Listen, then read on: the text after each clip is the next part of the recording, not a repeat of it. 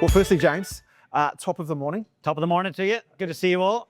Every time I get a message from James, it's always top of the morning, no matter where it's like midnight somewhere, where he is. And I actually use it. I come into the office most mornings and say top of the morning. Good man. Glad to hear it. Secondly, congratulations on the book, Habits of High Performers. What a world-class read. Has anyone in the room read it? Well, good news. I've got you all a copy and they're all signed. So before you leave, make sure you grab a copy of this book. And if you can, get a quick snap of James, and really take time to read this book. This is a book. I was lucky enough, I think I got the second copy after your son, which is pretty cool. But I gave this book to one of my staff, Bronte, at the end of the year as a Christmas gift. And Bronte, she took it to heart. She really, what are you reflecting on? What's your monthly check-ins? And she actually just showed me just before some of the things that she's working on. And it was actually a calendar notification is going to be coming up today or tomorrow of all the things that she's working through. And I just think that's a huge, the impact you're having with people and young people. I really just want to say thank you for writing the book. And I know people that are getting a lot out of it. So I appreciate you.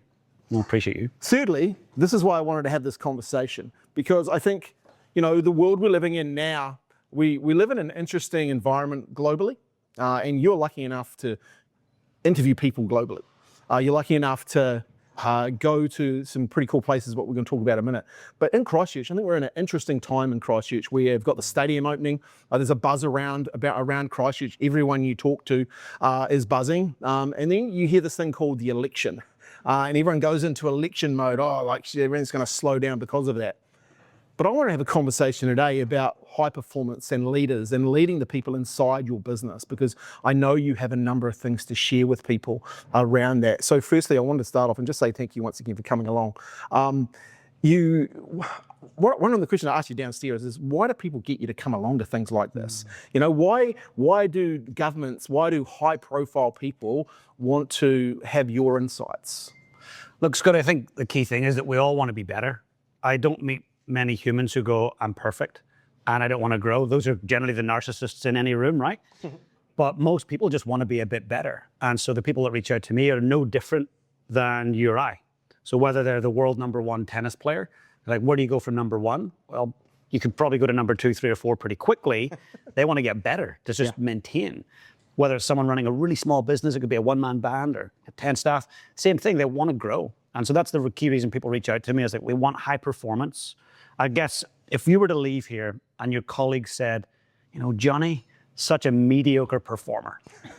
How would you feel if they said that about you, right? Yeah. None of us want mediocrity. And so that's where I kind of play in that sphere of high performance and leadership, is how do we combat mediocrity? Yeah. And that's a great, because we have people in the room that have created 400 franchises globally. We have people that have 70 franchises in New Zealand. We have people that are just starting their business, and I think that's the amazing thing when you look at what stage you're at. There's a message here. One thing I really want to ask you about, though, because I saw it come up. You've just been in Antarctica. Dude, what were you doing in Antarctica? Look, what a crazy place. Anybody been to Antarctica? No, if anyone want to go? Does anyone want to go? I know a couple of you want to put their hand up. Yeah. If you ever get a chance, just say yes. That's a yes for sure. So essentially, the government sent me down to work at Scott Base. So it's our New Zealand base, right next door to the American base, which is about an hour's walk away. And the US Air Force takes a lot of Kiwis down there for the Antarctic program. So I jump on a C-17, sitting up against fuselage, quite uncomfortable, but an interesting experience. And my job down there is to help that team. It goes from 120 people in summer to the base is buzzing to 12 people in winter. The last flight left yesterday, the 25th, last flight out. And so when you're down there, there's no escaping. If you need a tooth extracted, your mate who's cooking dinner that night is extracting your tooth for you. We're not getting you out in a hurry. High risk. But the biggest risk down there is not having good team culture. So going from 120 in summer, where it's daylight, I didn't see any darkness for the week that I was there, no matter what time of day. But now it's going into 24-hour darkness. And there'll be no daylight. That plays a lot on your psychology. And when you're with this year, the first time since 1981, it's all men. Oh, wow. Oh, wow, I was right. So they'll have no problems, right? Yeah. Who's going to do? No, can't go there. 0 problems for sure. Yeah. So that's a challenge in and of itself, right? So Did you spend an extra week there because of that? probably should have. No, they were great. So my job is to essentially help them form a team charter. Who are we? What's our mission? What does success look like? What are the things we value? And how will we carry ourselves when we disagree? Nice. Last year, the South Africans, you probably see, some of you might have seen it on the news, one of the South Africans tried to murder one of their colleagues at the base. That can happen when you're with people for 9 months in darkness and there's no police and there's no army. So my job is like, let's make them thrive. So last year, great success. So hopefully this year we might. It's an interesting point. How do you judge success on that? Success at the end is a weird one. So one, are they still friends at the end? Yeah. Two, can they walk away and say we didn't burn the base down? Yeah. It's pretty important. Yeah, if that base burns down, I don't want it to be on my watch. But weirdly, when the summers come in, so the summer folk, about 80 of them arrive in September, if they say to me, James, it was horrible. We arrived and it was toxic. We arrived and nobody wanted to speak to us. All the winters were like eating by themselves and didn't want to include us. And I go, guys, that must have been awful. But that's a sign of a great winter. I say, if you arrive and they're like, oh, thank Christ you're here, that's a sign they've had a terrible winter. Oh, wow. And so human nature is, if you spend 9 months with 12 people, you will bond like a family. And when others come in who are like higher than life and excited and first time in Antarctica, you're like, please get away. This is our home, that we want to have quiet time. Yeah. So that's really how we judge success. Yeah, nice. So how do you then take that context into a business? Like, so you arrive in the door at a business and you rock up and they've got, say, 20 staff. How do you take people through that same, framework? Yeah. So I think self-awareness is the key. Like, most of us are busy being busy. Like, hands up who would say they're quite busy this week? Most of us, right? That's what high achievers are. We're busy doing things. But really high performers take the time to reflect and heighten their self-awareness. So the first thing any team I think should do is slow down, make time to think, and ask, WMI, what's most important? Yeah, but I'm busy and I've got like KPIs to meet and my boss is on me. How do I, or my accountant's on me. How do I take time to do that? Like, what do I got to do? So the busy thing's interesting. A client in Christchurch, working one-to-one with them. And he comes up to me and says, James, I'm not happy with you. So why is that? I'm not getting the results you told me I would get. So what are those results? He says, you told me I'd be getting a lot more money and I'd have a lot more time. I said, yeah, that's right. The formula works. He says, well, I'm not getting it. And you're charging me a small fortune. I said, okay, let's get curious. And he's looking at me like I've got two heads. He says, give me your phone. I get his phone, open it up, screen time. I said, oh, he's right. Who's keen to do this? Yeah, who wants to show me their screen time? Any volunteers? So I look at his screen time. This past week, 8 hours, 51 minutes on Facebook. Oh, wow. 6 hours, 33 minutes on TikTok. Looking at ads, by the way, it's not a bad thing. Yeah. And clicking on them and buying. Exactly. And about 5.5 hours on Instagram. So he had 20 plus hours, a couple of days of work per week on average on social. And I said, hey, just out of interest, you're in the financial services industry. How many clients did you actively get on there or talk to in the last year? Big fat zero. Yeah. Zero. I said, okay, you do not have a busy problem, my friend. And I, unfortunately, am not your problem. You have a priority problem. So we got clear on what's most important. Yeah. What's that? Making calls, sticking to his routines, having a clear vision for success. 6 months later, best year of his life. Got the time back to spend with his kids. I'm making ridiculous money. What do you do to figure out what's most important? Obviously, it's personal to the role that you do inside a business, but what's an exercise that you can go to figure out what's most important? Because I think if you figure that out, then, and you have a big enough why and you have a big enough purpose, then you don't become a consumer of content, you become a producer of content. 100%. And it's a big shift. So what's the formula for figuring out what's most important? Super simple. Most of us don't have really clear priorities. We kind of know what they are, but most of us don't live by them. So there's a study of 1,000 CEOs. And the question was, what's your number one priority? What do you think it was? Family, bang on. That was like 99+% family. Then they were asked to do a 2-week time audit. Where do you say, yeah, exactly. You know where this is going, Paul, right? Where do you spend your time? Give me a guess, percentage-wise. How much percent of a day do you think they spend with their number one priority? 20%, good guess. 10, we're getting close. Warmer. 5, warmer. 3% of their time. On average, these CEOs, 43 minutes a day. And they said of those 43 minutes, they had to be really honest, they were on their phone sometimes. They were distracted. So this is what happens to lots of us. You might go, I would never do that. Yeah. But actually, our actions don't always reflect our priorities. So that's where we start, Scott. Like, what are our priorities? Because look at your daily life, right? You've left home already. You're going to be where you are for the rest of the day for a percentage of it, and then you're going to go home at a certain time. So your family is only getting that small percentage. So you spend 2 hours a day with your family, like full noise, 2 hours, 1 in the morning, 1 in the afternoon. Like Paul, you were saying you take your grandkids to school in the mornings. That's deeply quality time. It doesn't need to be sitting down, having a heart-to-heart about the legacy you want to leave. It's just like playing a game with them. If you've got a partner, just sitting down at dinner, no phones. Like 2 hours of quality time puts you in the top 3% of the world in terms of spending time with your family. So it doesn't have to be rocket science. Okay, so we get clear on our priorities, and we've decided what's next. Yeah, so once you're clear on your priorities, it's living by those. So hands up who has to make tough decisions sometimes. Any of us? All of us. We all have to make decisions. Should I go to the thing? Should I not? So example, I'm sitting in Cape Town. It's my first trip there. And there's a guy called Sia Khaleesi. Anybody watch rugby? Yep. Right, so you'll be familiar with him. Springboks rugby captain. They beat us. I know. He's the guy. He is the guy. The red card should have been, Yeah, we get it. So his story is remarkable. He grew up in Zwede, a township. I want you to imagine 1 million people living in tin shacks, like door to door to door. He grew up witnessing domestic violence left, right, and center. He was in poverty. He was addicted to things in his young age. Someone came along and helped him find a private school, paid for his private school. He became a world-class rugby player. That changed his life. I would say Mandela and Sia Khaleesi are two of the most instrumental people in South African history. Yeah. People look up to him like they looked up to Mandela. Yeah. I was sitting with the Khaleesi Foundation. He has a charity to end gender-based violence.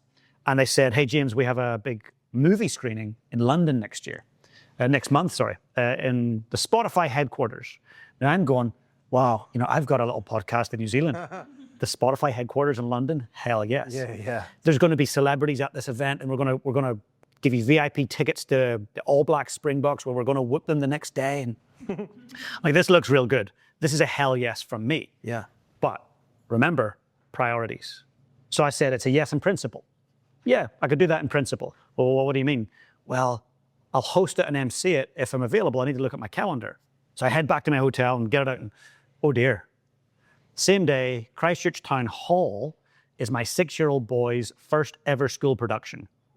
So I'm like, Elmwood school production or Sia Khaleesi movie release at the Spotify headquarters. Predicament, right? Yeah.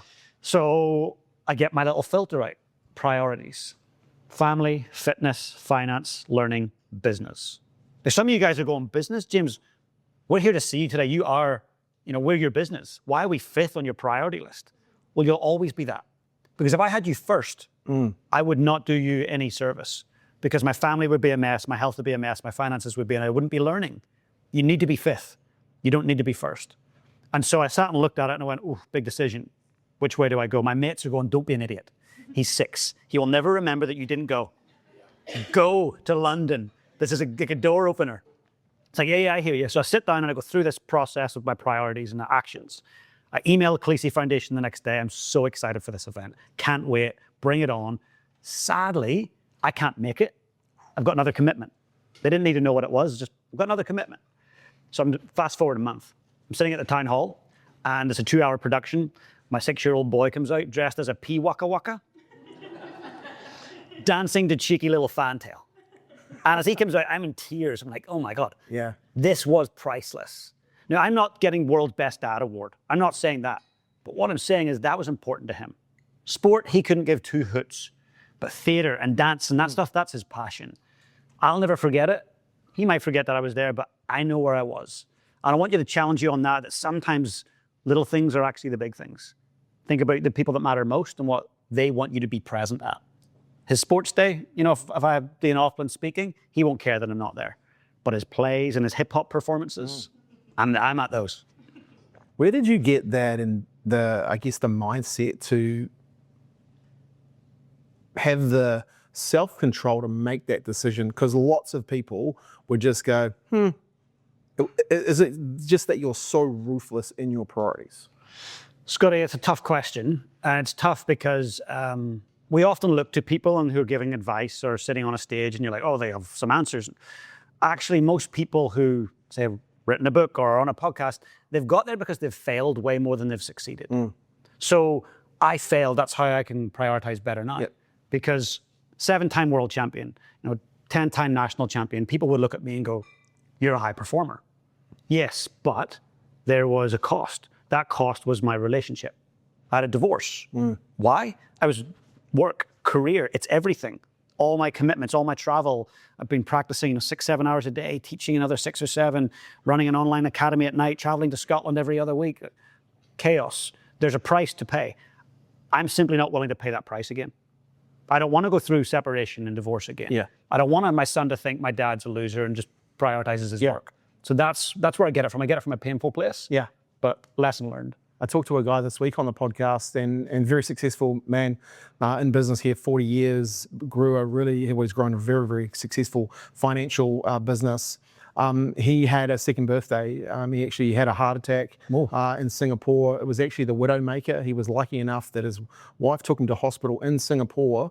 And as he was going in, a doctor saw him, a cardiologist walked past him and knew straight away. And he cardiac arrested. This doctor brought him back. And he said, it's very uncommon for someone to survive the Widowmaker. But when he woke up, he started to think what he regrets in life. And he knew the family was perfect financially, but he regretted that maybe he was just too much of an angry dad. And I thought that was an interesting one.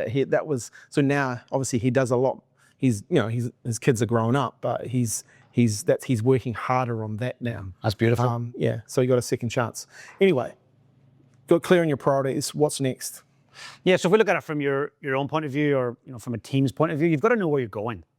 Like, what does success look like? Can you say it? Can you verbalize it? I had a guy fly out from Queenstown yesterday, and we spent the day in our beautiful city here, and it was a coaching day. Never met him before, and he wanted to take his life and career to the next level. First question, what do you want? Most people respond with, cool, I can't help you. Like, I'll give you a refund, I can't help you. If you start the sentence with, you have no clue what you want. Don't beat yourself up if you're going, that's me. Most people do go, I think I might stop, create some space, and get really clear on that question. That's what we've all got to do, is get radically clear on what success looks like. So for someone who's in sales, great, set your targets. Like, what do you really want? What would be bold? What would be audacious? If you've got a franchise, 2x or 5x your goals, something that really stretches you. But we've actually got to get radically clear. A young Christchurch athlete come to me 6-7 years ago. Could you be my coach? I said, I could be. He says, could we do a session next week? I said, yep. So send him the invoice. He turns up and paid his thing. We sit down. I'm looking at him. I says, what do you want? And he goes, I'll see you next week. And he goes, what? Like, I've paid you a small fortune. We're 3 seconds in and you're saying, see you next week. I was like, this is the best coaching session you've ever had. Trust me. And he leaves. I refund him. And surprisingly, he comes back the next week. And I says, my friend, same question. What do you want? I want to be the greatest All Black of all time. So, okay, radical clarity. Second question, how badly do you want that? What's your why? Well, my granddad was, and my dad was, and I'm going to do it. Great, it means something. Okay, third question, and then we're done for the day. And he's looking at me going, I paid you a fortune for like 30 seconds of coaching. It's supposed to be an hour. He's like, no, trust me. It's a good model. Dollar productive. We're closing the business. Last question. How much are you willing to suffer to get that outcome? Those are the 3 questions we've got to ask ourselves. What do I really want? How badly do I want it? How much am I willing to suffer? And he looks at me and he says, James, that's a horrible question. Why would you ask me that? I says, look, I'm hearing what you're saying. Now, the Wallabies are hiring. I suggest you go there. He got the point. I says, you want to be the greatest All Black of all time? You need to do a bit of suffering. Getting to the gym more, working on your mindset more, eating better, saying no to the lads, doing the Queenstown trip for the weekend. No, you're at the gym 6 a.m., I'll see you there. He committed. 18 months later, he's an All Black. He's not the greatest of all time yet, but let's wait and see. Those 3 questions are the differentiators. Yeah. How exciting that is for you to see that journey. I guess having the confidence in your own ability to send them away though as well. I guess the coolest part there is you don't need their money, right? Like you're not doing this to get the next buck, right? You're doing it because you actually want to help people going to that or wanting to go to that next level. But those 3 questions give the clarity needed. You can't do the thinking for people though, and I think that's a point I want to raise too. We employ people, we have people working with us and alongside us. What would you say to business owners that get caught in that trap of doing the thinking for their people? Look, it's called enabling others, and the product of that is what we call entitlement. When you do stuff for others, they become entitled brats. And I mean, they could be 18 or they could be 58. It doesn't really matter. They become entitled. When you enable and do the thing for them, the best thing you can do for your people is give them guardrails. Say, hey, within these parameters, you just figure it out. You answer the question, you go back to the client, you make the decision. Outside of those parameters, come chat to me. But I want you to fail. I want you to fall on your face a little bit and get back up. Hands up who has the great gift of being able to use their 2 legs and walk. Hands up high. But that's a gift. Not everybody has that, right? But looks like most of us do. How did you get there? Mommy and daddy holding you the whole time? No, you got up and both, you face planted. God, I'll not do that again. You probably did another 30 or 40 times with that. And then you're like, okay, now I get it. It's no different when we're leading others in our team or you've got a colleague. You've got to let them fail. And you've got to know what those parameters are. So give people a chance. Ask them questions. Stop giving them answers. It's a tough one though. What do you say to the business owner that's already trying to catch that person? So I've done a global leadership study recently. People who are running countries, to people who are running the top NBA sports teams, to people who are running small business, a whole range of people. Do you know what the #1 issue right now that they see going into 2026? Any guesses?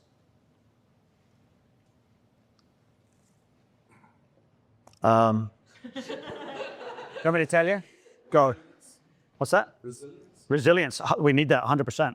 The #1 issue is that they see themselves being the biggest bottleneck to the success of their organization or company or country even. Why? Because they feel that the organization relies on them and them making decisions and them being the leader. What happens is we get a leader with hierarchy and we're not building any depth of leadership. Yeah. We've got to build leaders, a team of leaders, rather than be this kind of narcissistic, autocratic leader. Yeah. What's one way you could start today to build leaders?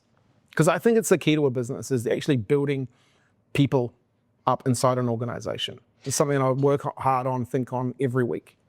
I can see that. And in all the chats that we've had in person, on the phone, you're really committed to leadership and helping others. Yeah. But before that, you lead yourself. True. You're reading books. I mean, your book collection's phenomenal. You're interviewing people who are further down the track in their chosen field than you are. So what can I learn from them? Yeah. So the first thing is lead yourself. Your success in life, in your relationships, your money, your career, that is directly correlated to your commitment to personal development. If you're not committed to your own personal development and growth, I promise you your success and joy and fulfillment will be here. It follows it. Never will I see this, someone who doesn't care about growing and learning, yet they're the happiest, most fulfilled. I don't see it. Jim Rohn probably said it best for me, work harder on yourself than you're doing your job. And I took that to heart when I was probably 25. Yeah. And I think that's what I'd want for everyone in the room, to go and learn, read this book, actually take things away to build yourself up, because you're right, you can't help other people if you're not have the tools yourself and the mindset. Yeah, you cannot give what you do not have. That's the way I look at it. You've got to be learning and asking. I pretty much sit at tables where I am legitimately the dumbest person at those tables. I sit there and I'm like, what am I doing here? Like, I do not belong here. And that's where I'm most uncomfortable. Yeah. But that's where I'm most excited. You have to get in bigger rooms. Totally. Yeah. And these tables, I sat at a few tables, I was the dumbest person at that table. Chatting to you guys and what you're doing, we've got Botox, we've got marketing. Like, I knew nothing about those things. Yeah. I'm learning from them, so I think Georgia, did you make a sale? Which is very subtle influence. So, okay, so you spend 10 minutes working on yourself. Joking. But what do you do then next to help your team? Because I think this is a conversation as business owners we're having. You know, we want to build a business. It's not just about us. We give them the guardrails and we've taken them off. But what can we do on a daily basis, a weekly basis, a monthly basis to ensure that we've got the right people on the bus, we're going in the right direction, and we're actually building people up? Because I think it's the hardest play in a business is helping your people achieve their goals. Yeah. I think this is a problem for some companies. They make it all about the company, but your company's nothing without people. No. Like, I don't know any of you that maybe have a business where people aren't involved, either as a customer or as, from a staffing point of view. People drive the business. With AI, which I'm excited about, we need people to drive it, and we need people on the receiving end to buy the products, etc. So it's all about building our people. So make it less about you, less about your organization, and more about them. So PDP is one thing I think we should all have, and we should encourage all of our staff to have a personal development plan.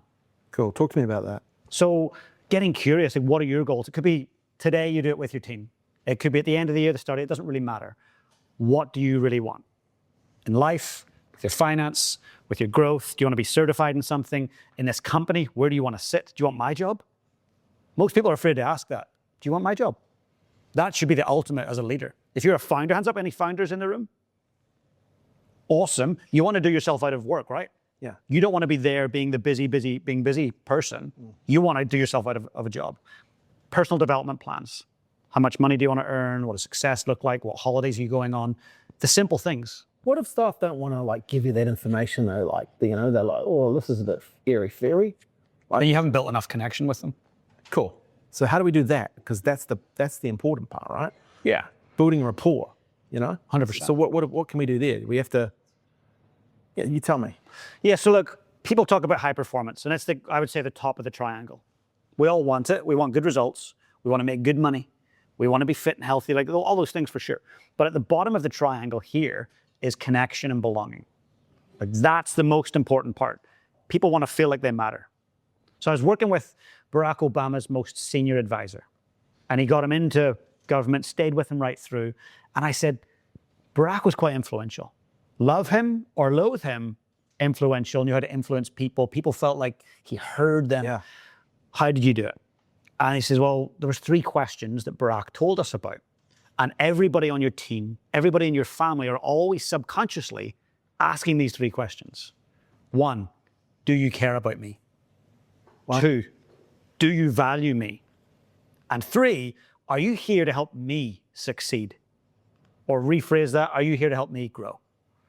If you can do that through your actions, Scotty, and show people that you care about them, you value them, and you're there to help them grow, you will have an incredible culture. And that's how we build connection and trust.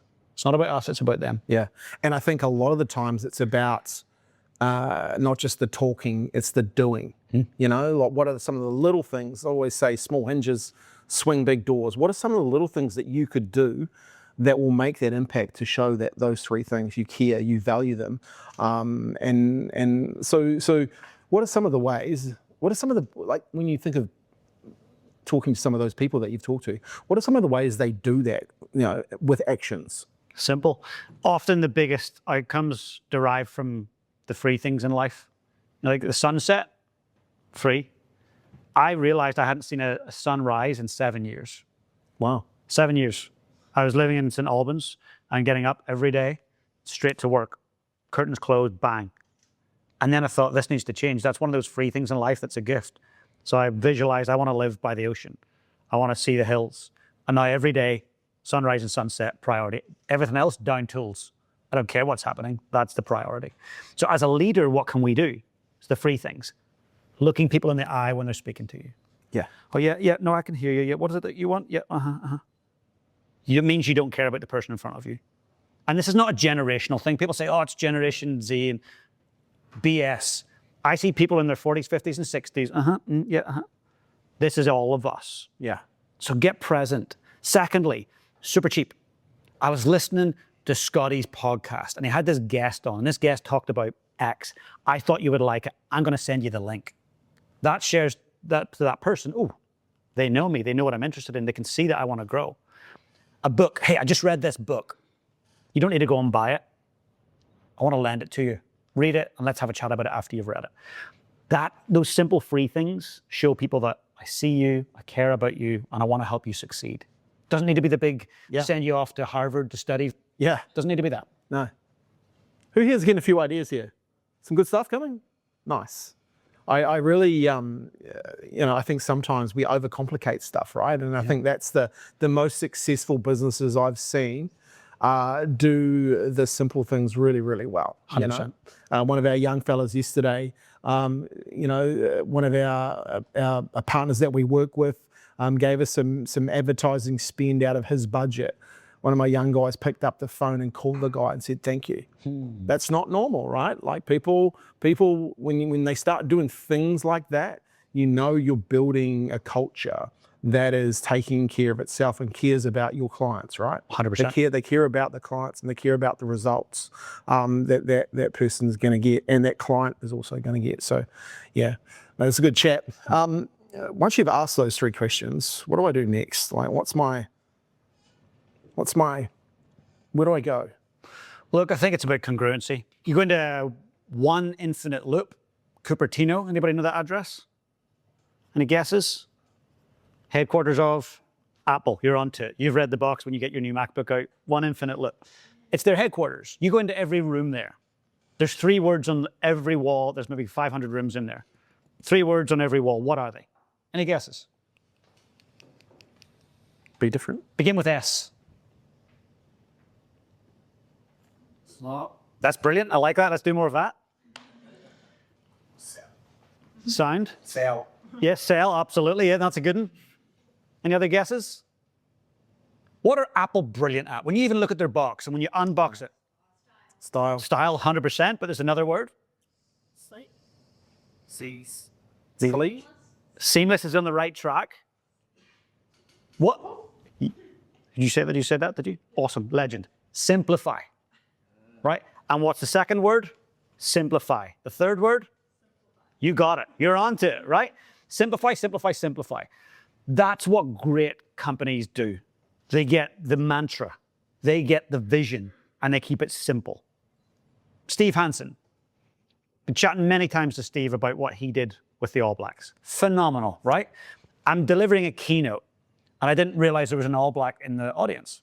So I'd spoken to Steve about this stuff, and I says, guys, I'm sitting there asking the same question you're asking. How do we do it? Simplify, simplify, simplify. Steve Hansen, I said, got the All Blacks. They just won the bloody World Championship. Where do you go from there? So he said, that's easy, guys. We're going to become the greatest team in the history of the sport. So I shared this, and the All Black comes over afterwards. He goes, oi, come here. I says, what's up, man? He says, you got that wrong. Like, what do you mean I got that wrong? I was like, Steve told me that exactly. I've written it down, I've journaled on it. Now you got it wrong. You added an extra word. I was like, what do you mean I added an extra word?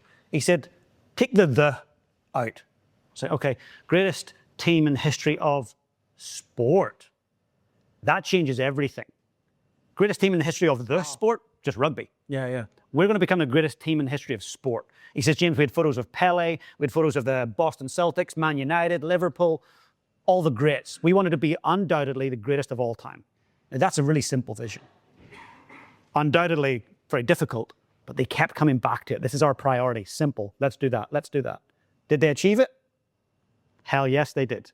And they measured it, and they could actually say, we did it.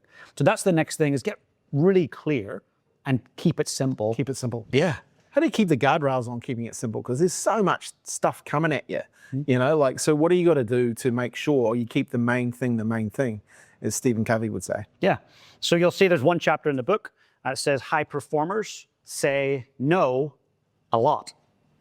No, I'm not going to do that. No, that sounds cool and I get it. Crypto, yep, awesome. AI, yep, awesome. No, I'm not going to become another consultancy in AI because there's 5 million of them out there, right? I want to work with the best one. I don't need another 500. Say no to things. Say, no, that's not in my lane. Not up to that. We've got a founder in the room who has hundreds of franchises. If they had said yes to 6 or 7 more things, we wouldn't even know the name of their brand. No. Right? So right, yeah. Say no, stay in your lane. As hard as that is. Yeah, because that is hard, right? Yeah. Because we all see this the new thing and want that, right? So I guess from the All Blacks perspective, what I find really interesting too, though, is the margins between success and failure. Like in some cases, there is 1 point. Yep. You know, and so how do you deal with the scoreboard, I guess? And should business owners, how do they set themselves up so they know they're winning? Because it's kind of easy to know if you win in a game of rugby. You know, how do I know if I'm winning in my business? Especially when it comes to helping my leaders. I think having clear KPIs, call them what you want, but key performance indicators, goals, outcomes, but having really clear expectations, measuring them regularly. You know, have your weekly meetings, your monthly meetings. Don't skip those, they become high priority, but have simple things in place that show that you're succeeding. My team are there's extrinsic and intrinsic motivation. Extrinsic is money, status, growth. My team are more on that end, right? They've got intrinsic stuff that they love doing and making a difference, but actually they want to put food on the table. Actually, they want the new handbag. Actually, they want to go to Bali and have a great time. I know that. So what do? Set quarterly targets that are ambitious with significant bonuses attached to them. Why? I know how they're built. And so that, to me, allows us to sit down weekly and track that. And they know they're missing out on thousands of dollars at the end of the quarter if they don't hit them. Yep. Other teams are different. So you have to just make sure you drive your team. What if because sales is kind of easier for that but what if you're in a law firm and you have 40 odd staff? How do you know you're winning there? Yeah, so how often do you ask your staff what they think of you? Everyone's giggling, right? It's like the parent that doesn't go to their child and go, hey, how could I be a better dad? Now, I ask it only once a year, randomly in the middle of the year, hey, Finn, what could I do to be a better dad? Now, at 4 years old, it was like, take me to Disneyland every month. Now it's like, you could give me more device time, Dad. Right? It's going to keep changing. When he's 15, it's going to be like, you can let me hang out with the girls next door, right? Yeah. It changes. So I think asking your team, what would make me a better leader? What do you want less of from me? Not what do you want more of, what do you want less of? Where do I need to butt out? To me, that's critically important. That's a great question. Frame that again. What? Yeah, as a leader, asking your people, what do you think of the business? Or what do you need less of from me? Where do I need to step away? Where do I need to stop micromanaging? Maybe you could ask, what do I need more of? What do you need more of as well? Yep. Could be support, could be bonus. What do you do when you hear that and you go, oh, you crawl up in the corner and like, oh my God, you know? Like, so because some advice could be brutal, right? How do you deal with that? Feedback is not often stuff that we love. Well, hands up who loves negative feedback. You do, right? Why do you love it? You learn from it. You learn from it. That's it. Those of us who are resistant to feedback will not grow. Those of us who are resistant to negative feedback have a real high ego strength. All of us have ego, every single one of us. But if you don't want the negative feedback, you're not going to be growing and you will be developing bad habits. Yeah. So the ability to go, give me it right between the eyes, I want to know. When I was a world champion at 13, getting ready for my second world championship, just around 14 years of age, and my coach goes, oi, come here, sit down. He says, see that? That's crap. I said, what do you mean it's crap? He went, absolute dirt. And my dad's looking like, phew. He says, you're not even going to qualify for the semifinals, never mind win the bloody thing. He says, you've went backwards. And for about 2 weeks, my head was swearing at him. You know, it's like, I hate this guy. But guess what? I took it on board. He was right. And as soon as I won the next world championship, I walked up, gave him the biggest hug and said, I love you. Please tell me how crap I am when I'm crap. I need that to grow. Now my partner at home, she does that. When you think of that though, like it takes a certain sort of person to take that on the chin and go, right, okay. Because you could go two ways with that, right? People could, and especially the environment we live in today, maybe some people aren't prepared to hear that. I guess you have to choose your moment as a leader there too. You do, and I think we don't want any PGs coming out the back of this. James, thanks for getting me 5 PGs this week. Yeah, we don't want that. But also, if people don't want negative feedback, and they won't change, if you can't change the man, change the woman, change the woman.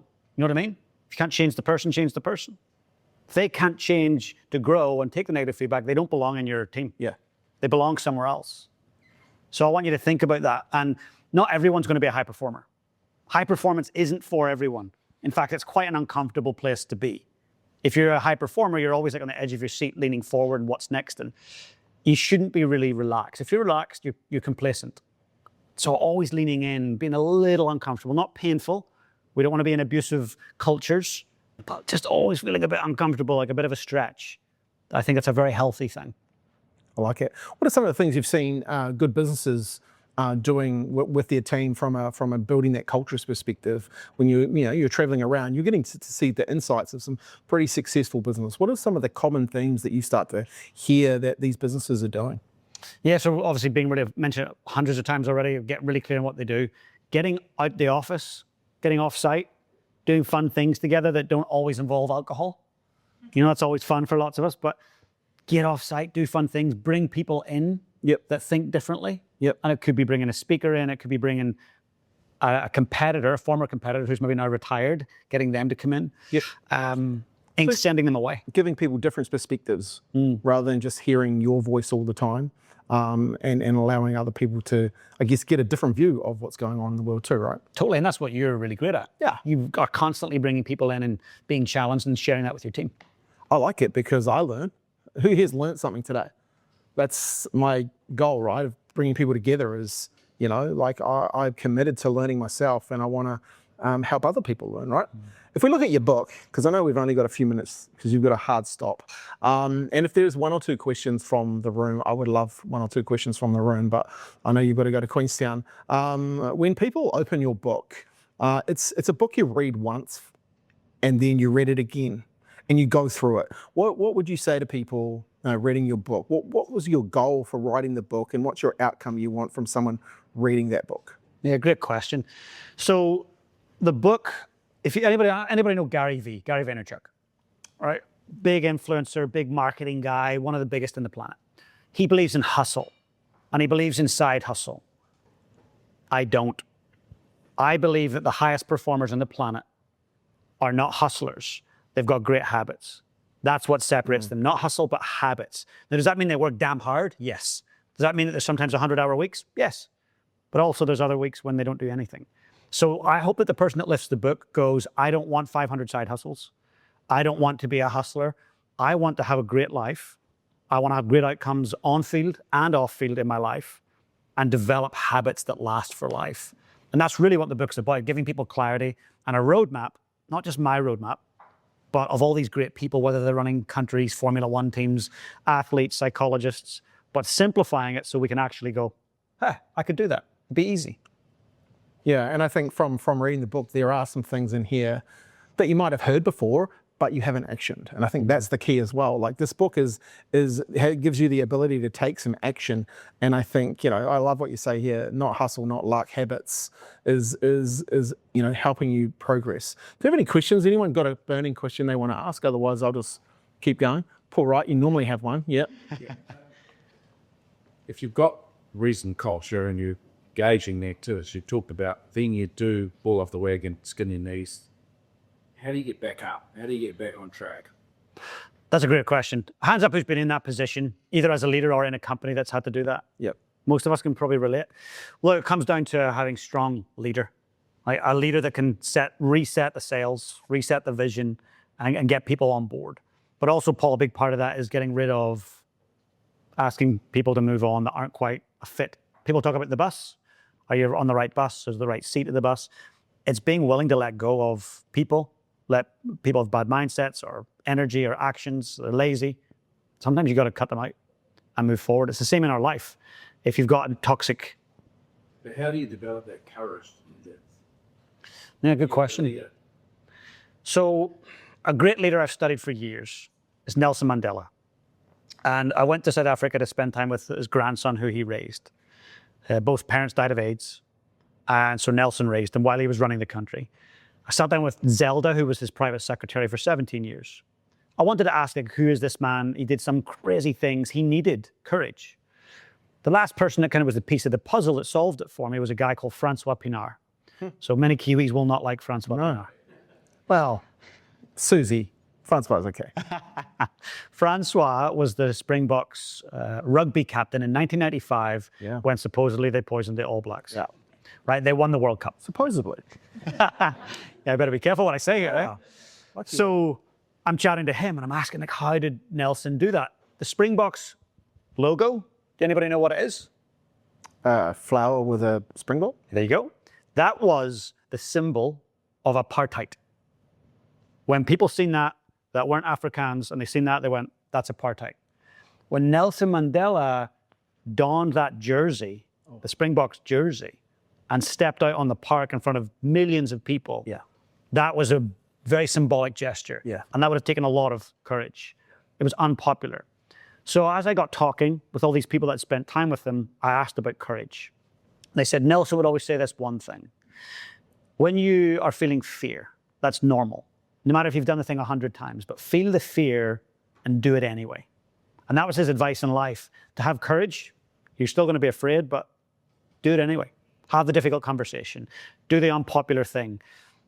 Do it anyway. Goodness. Yeah. But to be fair, Paul, I think you have one of the best ways of framing this too, is like 20 seconds of courage, which you learned from Gilbert, right? Having the ability to sit in that fear, but then have that 20 seconds of courage. And you'll be so surprised how much further you go once you've just done it. You don't even start to think about it, right? So good. Anyone else got a question from the floor? No? Sam, you don't have one? Burning question?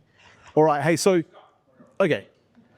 James, you've got to make your comment. I hear you, I see you, I care for you. That care aspect has a lot of meaning or understanding or range involved, particularly with where I've like, but we've got staff members from like 24 up to 60. The definition of care and expectations around that, it's completely different. Yeah. So then as the manager, leader, whatever you want to call me, at Keep Flight, how do you define that level of caring that comes into there? Yeah, it's beautiful. Hands up who also feels that as a challenge. Yeah, it's a real challenge. I heard this saying when I was a kid, and I was told it over and over. Always treat others as you'd like to be treated. Hands up who's heard that before. Yeah. I think it's nonsense. Absolute nonsense. Never treat anyone how you'd like to be treated. Treat them how they'd like to be treated. True. In a rugby team, I was working with the Canterbury rugby team, and I said, guys, we're in the final. We're 30 minutes in. It's not looking good. You drop the ball. Team grabs it and scores. Hands up who wants a kick up the arse from your teammates and your coaches. Get up. You're a bloody idiot. What the hell was that? Hands up who wants that. Yeah. Out of 32 players, guess how many players put their hands up? Two. That was it. I was like, the rest of you guys, what do you want? Oh, encouragement. Pat on the back. Come on, you've got this. They want affirmations, positive affirmations. That's how they want to be treated. Now, if you went in growling, going, swearing at them at halftime, what the hell are you thinking? And F this and F that and F the opposition. That won't work for 90+% of your team. Two of them will be going, yes, let's go. It's not really a team, is it? So get to know your people, understand how they want to be talked to, how they want to be motivated. We're all motivated slightly differently. To me, that's what care is taking the time to understand how they want to be treated and rewarded. And it's not easy and it doesn't take 3 minutes. It's ongoing and never ending.